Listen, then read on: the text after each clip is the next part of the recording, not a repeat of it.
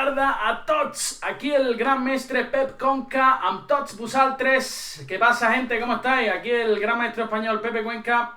Hacía ya tiempo que no estaba con vosotros. El motivo era que me encontraba donando un poquito de Elo de Blitz en el Campeonato de Europa en Tallinn, en Estonia. Y vuelvo aquí con vosotros para ver qué está sucediendo en un fortísimo Open, el Sunway Chess Festival, que se está celebrando en la ciudad de Sitges, del 16 al 23 de diciembre, ¿no? He podido comprobar que ha habido algunas partidas muy interesantes y precisamente alguna de las cosas que me ha llamado la atención es la gran actuación que está teniendo Vicent Esplugas Esteve. En particular he visto que está subiendo casi 50 puntos después de unas cuantas rondas, desplegando un ajedrez magnífico. Y bueno, pues hoy, para ver un poquito de ajedrez con todos vosotros, quería resumir su gran victoria frente a Vladimir Epishin. Ya sabéis que un gran maestro fortísimo, con muchísimos años de experiencia, ¿verdad? El gran maestro ruso Epishin. Y sin más, pues eso, vamos a ver cómo David derrota a Goliat, ¿no? En esta partida en la que el catalán conduce las piezas blancas, ¿no?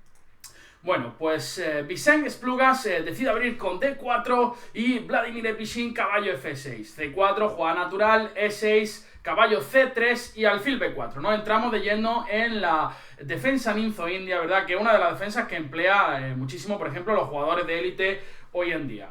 El Vicent decide jugar aquí Dama C2, que además es la jugada que recomienda Jan Gustafsson en su serie de vídeos en Chess24, precisamente contra la ninzo-india, la que os recomiendo a todos aquellos que seáis premium que le echéis un vistazo. Aquí hay muchísimas posibilidades, ¿no? Una de las jugadas principales es, perdonadme, siempre muevo el tablero, no sé qué me pasa, que estoy empanado. Una de las jugadas principales aquí es enroque largo, tras lo cual es posible la jugada A3, que es muy teórica, alfil por C3, dama por C3, D5, ¿no? Por ejemplo, jugadores como Kramnik son muy expertos en esta variante. Y la jugada que propone Jan Gustafsson aquí, que es la jugada tras enroque corto, perdón, la jugada caballo F3, ¿verdad? La idea es que tras C5 el blanco quiere capturar en C5. Ya alfil por C5 se considera una pequeña imprecisión. Las negras normalmente juegan con caballo A6 y aquí el blanco decide jugar G3, caballo por C5, alfil G2 y caballo CE4, enroque, caballo por, peón por, alfil E7 y E4, ¿no? Pero bueno, no voy a develar toda la serie, ¿verdad? Os dejo que le echéis un vistazo vosotros mismos en nuestra web, en Chess24, para todos aquellos que seáis premios, ¿no? Bueno, más posibilidades aquí en esta posición. En lugar de enroque corto, también existe la jugada directa de 5, por supuesto, ¿vale? Y estos son líneas muy complejas. Tras peón por alfil G5 son líneas complejísimas en las que el blanco está muy falto de desarrollo en el flanco de rey, como podéis ver, pero a cambio, bueno, tiene algunas buenas casillas, ¿verdad? Normalmente además el alfil de B4 el negro lo va a tener que dar por el caballo de C3, ¿verdad? En muchas líneas, y vamos a ganar la pareja. Alfil el negro trata de reaccionar rápidamente rompiendo en el centro con C5 en esta línea, aprovechando precisamente esa falta de desarrollo. Son líneas muy teóricas y muy complejas. En la partida tras dama C2, Vladimir Epishin decide jugar D6, que es una línea secundaria, pero que también es muy interesante, ¿no? La idea es jugar caballo BD7 en alguna línea en enroque corto, dama E7, quizá romper con E5, el alfil se puede desarrollar por B7, y aquí tras D6, Vicent decide jugar alfil G5, ¿no?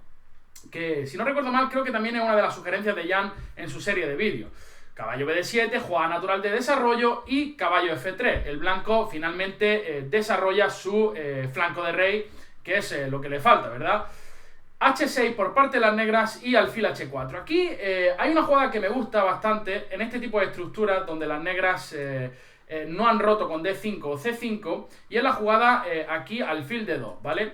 ¿La idea cuál es? Bueno, el negro, como digo, normalmente va a ceder ese alfil por el caballo, y si no lo podemos forzar a ello, ya que no tiene ninguna buena retirada con alguna 3, tras lo cual el cambio en C3, este alfil de D2 se colocará en C3, una casilla excelente para el alfil, porque controla la única ruptura de las negras, que es la ruptura E5, ¿verdad? Por tanto, ese alfil va a estar muy bien ahí para posibles aperturas de esa diagonal. Además, si las negras también deciden romper con C5, la otra ruptura estándar en este tipo de posiciones, ese alfil también ganará bastante potencial en dicha diagonal que quedará abierta. Bueno, tras H6, Vicent decide emplear alfil H4. Es otra jugada también muy natural, ¿verdad? Manteniendo la clavada sobre el caballo de F6, ¿no? Cuestión de gusto. A mí quizás me gusta un poquitín más alfil D2. Dama E7 se juega por parte de Vladimir Episin, ya buscando la ruptura E5 en ciertas posiciones, además siendo un poquito flexible, ¿verdad? Porque el negro se reserva la posibilidad de quizá en el futuro enrocarse en largo tras una jugada como B6 alfil B7. E3 por parte de las blancas, B6 por parte del super tanque ruso Vladimir Episin y alfil E2, ¿no? Quizá alfil D3 una jugada un pelín más natural, ya que controla la casilla E4, que es una casilla súper importante en la Linzo India, ¿verdad? Donde tras alguna jugada como G5 el caballo pretende saltar rápidamente a E4 y quizá montar alguna avalancha de peones sobre el flanco de rey, aprovechando que este alfil puede sufrir algún problemita. Por ejemplo, alfil D3, alfil B7. Yo entiendo a Vicente, y es que aquí ahora las negras estarían amenazando quizá alfil por F3, que no creo que sea tan grave, ¿no? La jugada E4, el blanco no está realmente en buenas condiciones para realizarla. Y por ejemplo, tras enroque, creo que esto no era nada grave, ¿no? Si alfil por F3, G por F3, tenemos la pareja de alfiles y no veo de una manera obvia cómo el negro puede crear algún tipo de cosquilla sobre el rey blanco, ¿verdad? Así que quizá alfil D3 me gustaba un pelín más. Pero bueno, alfil E2, jugada natural de desarrollo, alfil B7 y enroque. Y ahora aquí, para aquellos que estéis empezando o para aquellos que no estéis tan empezando, por ejemplo, yo más de una vez me he dejado ese truco más de una partida rápida, ¿verdad? Jugando con las piezas negras. Y es que la Linzo India, este alfil de B4 está muy bonito aquí cuando existe algún tipo de clavada. Pero cuando no existe ningún tipo de clavada, realmente el blanco tiene una amenaza seria, que es eliminar el caballo de la casilla C3 para luego precisamente, sencillamente expulsar ese alfil con A3 y las negras empiezan a tener muchísimos problemas de dónde colocar a ese diablillo, ¿verdad? Digamos, si el negro hace aquí una jugada como enroque, parece lo más natural del mundo, caballo B5 ya empieza a ser un serio problema para las negras. Por ejemplo, si torre F8 defendiendo en C7, ahora A3 simplemente las blancas están casi ganando la partida. El alfil no se puede retirar por B4 y una jugada como A6 viene un bombazo en C7, simplemente ganando un peón y pareja de alfiles, con lo que el negro está más tieso que la mojama. Tras enroque, Vladimir Episin con buen criterio decide finalmente dar ese alfil por el caballo, ya que, como digo, puede tener ciertos problemas de espacio, ¿verdad? Tras alfil por C3, dama por C3, precisamente una de las ideas de la línea con dama C2 tan rápido es recapturar en C3 sin perder, sin que la estructura de peones quede arruinada, ¿verdad? B por C3, pues bueno, tendríamos peones doblados y un peón en C4, que normalmente es un objetivo fácil en este tipo de estructuras con las negras, ¿verdad? Para atacar con las negras. G5, aquí viene Vladimir Episin, que está consiguiendo una buena posición. Vamos a tratar de ver por qué. Alfil G3 y caballo E4, como digo, maniobra típica de las negras. Nos quitamos de la clavada, saltamos con el potro y empezamos una avalancha de peones sobre el rey blanco. La dama está atacada, hay que quitar la dama C2 y ahora una maniobra típica de las negras en esta posición.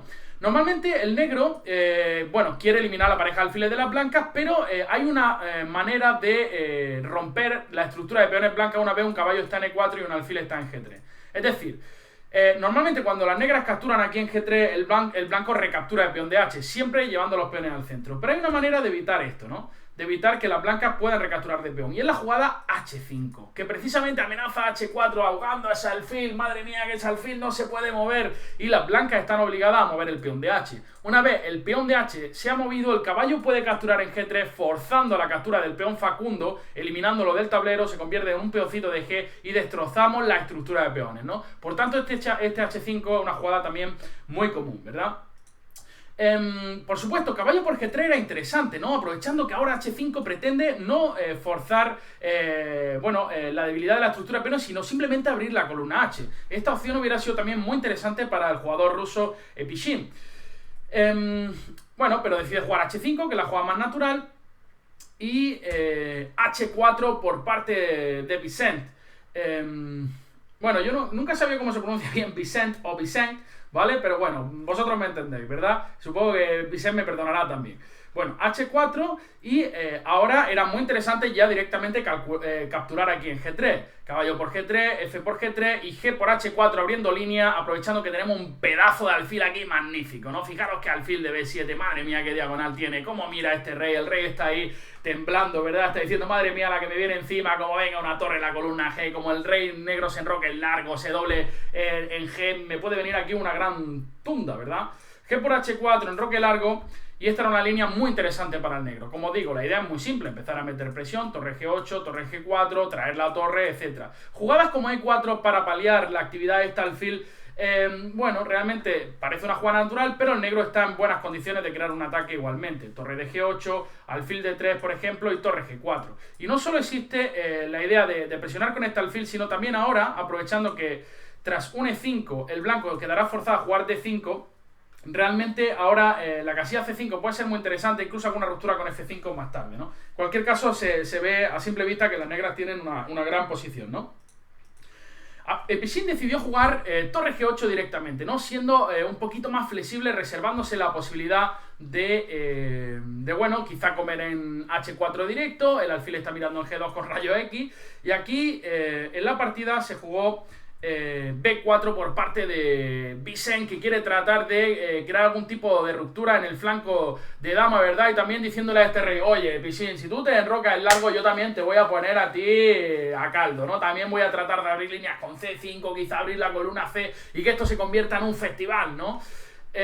Hay que decir aquí que si el blanco come en G5, que parece una jugada natural, aquí te vienen todas, aquí te dan más palos hasta en el cielo de la boca, ¿verdad? Si caballo por G5, H por dama por G5, fijaros estas dos piezas como están mirando en G2 y el alfil. Ahora H4, una jugada definitiva, la siguiente, que destroza la posición blanca, ¿verdad? Muy bonita la pareja de diablillos aquí, pero aquí la potencia de las piezas negras, que son auténticos tanques, vienen rápidamente a machacar a ese rey, ¿verdad? Por tanto, caballo por G5 no era posible.